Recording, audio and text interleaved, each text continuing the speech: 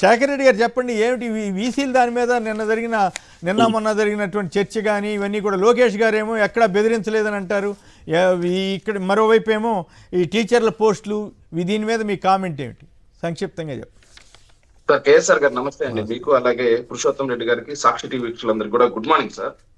వీసీల్ని పాపం లోకేష్ గారు డైరెక్ట్ గా వెళ్ళి బెదిరించలేదు సార్ ఎక్కడా కూడా. కానీ లోకేష్ గారికి చెందిన టీఎన్ఎస్ఎఫ్ గూండాలు వెళ్ళి బెదిరిస్తారు సార్. టీఎన్ఎస్ఎఫ్ గూండాలు అనంతపురం వీసీ ఆఫీసులకి, అదే విధంగా ఏదైతే నాగార్జున యూనివర్సిటీ వీసీ ఆఫీసులోకి వెళ్ళి, వీసీ ఛాంబర్ లోకి వెళ్ళి వీసీని రాజీనామా చేస్తావా లేకపోతే చంపేయాలని బెదిరించిన విజువల్స్ కూడా మనం చూసాం సార్. తరిమి కొడతామని చెప్పి బెదిరించిన వీడియోలు కూడా మనం చూసాం సార్. మళ్ళీ ఇప్పుడు శాసనసభ సాక్షిగా, దేవాలయం లాంటి శాసనసభ సాక్షిగా మళ్ళీ ఇప్పుడు ఈ రోజు వచ్చేసి మేము ఎక్కడా బెదిరించలేదే, వాళ్ళు రాసిన లెటర్లో మమ్మల్ని బెదిరించి రాజీనామా చేయించారు. అరే బాబు, మీరు అసలు కనీసం వీసీని రాజీనామా చేయకపోతే చంపేస్తామని డైరెక్ట్ గా బెదిరించారు. ఇంకా లెటర్లోకి రాస్తే వాళ్ళని బతకనిస్తారా? మీరు రెడ్ బుక్ అనే పిచ్చి కుక్కకి రాజకీయ నాయకులే తట్టుకోలేకపోతా ఉన్నారు. పాపం బోధన చేసే అధ్యాపకులు తట్టుకోగలరా? సో బెదిరించింది మీరే, ప్రజలు గమనించారు, ఆ యూనివర్సిటీలో స్టూడెంట్స్ గమనించారు, ఆ యూనివర్సిటీలో అధ్యాపకులు గమనించారు. బెదిరించి మీరు రాజీనామాలు చేయించి ఈ రోజు నిస్సిగ్గుగా మేము బెదిరించలేదని, ఎక్కడ లెటర్లో రాయలేదని చెప్పి తప్పించుకుంటున్నారంటే అది శాసనసభ సాక్షిగా ప్రజలన్నీ గమనిస్తున్నారు సార్. ఇంకోటి సార్, ఈ టీచర్ పోస్టులకు సంబంధించి కూడా సంక్షిప్తంగా ఒక మాట చెప్పాలి సార్.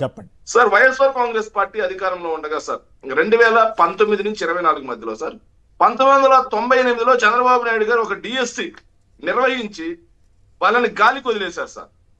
వాళ్ళ పాదయాత్ర టైంలో జగన్మోహన్ రెడ్డి గారిని కలిసి తమ బాధలు విన్నవించుకుంటే వాళ్ళందరికీ చెప్పిన మాట ప్రకారం 3864 మందికి భర్తీ చేశాం సార్ మేము. అదేవిధంగా 2008 డిఎస్సి కూడా సార్ వాళ్ళు కూడా ఆగిపోయింటే 1910 మందికి భర్తీ చేశాం సార్. 2014 డిఎస్సి సార్, మళ్ళీ 2014లో కూడా డిఎస్సి అయింది సార్. వాళ్ళకు కూడా 8926 మందిని మేమే భర్తీ చేశాం సార్. ఇవి కాకుండా చంద్రబాబు నాయుడు గారు 2018లో కూడా డిఎస్సి పెట్టారు సార్. కానీ ఎక్కడ భర్తీ చేస్తారు, ఎగ్జామ్స్ మాత్రమే పెడతారు ఆయన.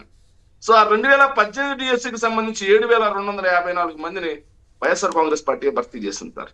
ఇవి కాకుండా 2018 లిమిటెడ్ డిఎస్సి ఏదైతే 24 మందిని మేమే భర్తీ చేశాం. 2019 స్పెషల్ డిఎస్సి 521 మందిని మేమే చేశాం. ఇవి కాకుండా కేజీవీబీ రెగ్యులర్ పోస్టులు 1200. ఇలా వైఎస్ఆర్ కాంగ్రెస్ పార్టీ 5 ఏళ్ల కాలంలో కోవిడ్ లాంటి క్లిష్ట పరిస్థితులు ఉన్నా సరే 23,699 ఉపాధ్యాయ పోస్టులు భర్తీ చేసిన మాట వాస్తవమా కాదా అనేది విద్యాశాఖ మంత్రిగా ఉన్నటువంటి లోకేష్ గారు అసెంబ్లీలో ఆధారాలతో మాట్లాడితే బాగుంటుంది సార్. ఇవి కాకుండా 2024 ఫిబ్రవరిలో 6100 ఉపాధ్యాయుల పోస్టులతో నోటిఫికేషన్ ఇచ్చాం సార్. మేము వస్తే మెగా డిఎస్సి అన్నారు సార్. రాగానే దీన్ని క్యాన్సిల్ చేశారు. ఈ నోటిఫికేషన్ 6000 పోస్టులకు ఉన్నటువంటి నోటిఫికేషన్ క్యాన్సిల్ చేసి 16000 పోస్టులతోటి వాళ్ళు మేము నోటిఫికేషన్ ఇస్తున్నాం, ఇదే మెగా డిఎస్సి అన్నారు సార్. ఎన్నికలకు ముందు వాళ్ళు చెప్పింది ఏంది, 30,000 పోస్టులు ఉన్నాయి, 30,000 పోస్టులు ఇస్తామన్నారు సార్. దానికి సగానికి తగ్గించి దగా డిఎస్సి చేశారు.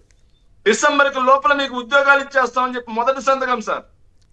అదేంటో సార్, పాపం చంద్రబాబు నాయుడు గారు మొదటి సంతకానికి, వాళ్ళు అధికారంలోకి వచ్చిన ఏ ఏటా కూడా మొదటి సంతకానికి విలువ ఉండదు సార్. ఆయన మొదటి సంతకం పెట్టారు అంటే ఆ పథకం మంగళం పాడినట్టే సార్.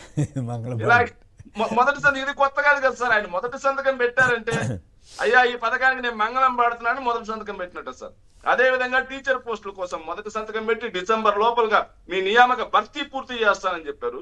ఈ రోజు మార్చి వచ్చింది, మళ్ళీ జూన్ లోపల అంటున్నారు, మళ్ళీ మార్చి అవుతుంది, మళ్ళీ మార్చి అవుతుంది. 2027-28లో ఎగ్జామ్స్ పెడతారు సార్. వాటిని భర్తీ చేయకుండా వదిలేస్తారు సార్. అధికారంలో దిగిపోతారు సార్. తర్వాత వచ్చే ప్రభుత్వాలు వాటిని భర్తీ చేయాలి. వాటిని మేమే చేశామని ఘనంగా చెప్పుకుంటారు సార్. అలా చరిత్ర ఇది.